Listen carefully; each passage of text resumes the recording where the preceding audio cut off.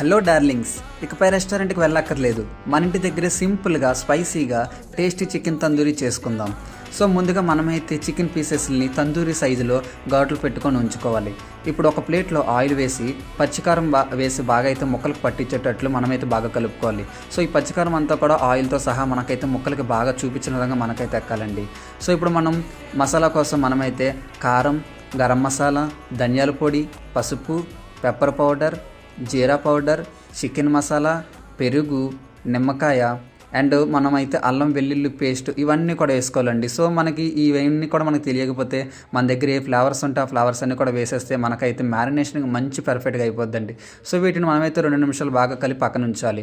ఇప్పుడు మనం దుంగర్ ప్రాసెస్లో పొగచూరి ఫ్లేవర్ని ఇద్దాం. బొగ్గుని వేడి చేసి దానిపై నెయ్యి వేసి వెంటనే మూత పెట్టుకొని ఆ పొగను పట్టించాలి. మరి అయితే సూపర్ టేస్ట్ వస్తుందండి. సో మ్యారినేషన్ ఒక 4 అవర్స్ మనమైతే ఉంచుకోవాలి ఫ్రిడ్జ్లో కానీ బయట కానీ.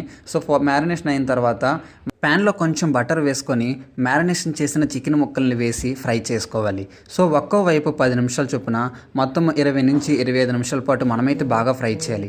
మధ్య మధ్యలో మనమైతే గరిటతో తిప్పుతూ ఉండాలండి, లేదంటే మరి కొంచెం మాడిపోతాయండి. సో మధ్యలో బటర్ రాస్తూ ఇక్కడే అసలు మజా అండి.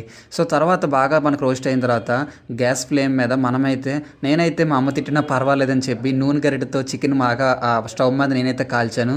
మీరైతే అలా చేయకండి, మమ్మీ మరి తిడుతుంది. సో మంచి రంగు వచ్చేంత వరకు మనమైతే కాల్చి సర్వ్ చేసుకుంటే చాలా టేస్ట్గా ఉంటుంది. ఫాలో కొట్టండి డార్లింగ్స్.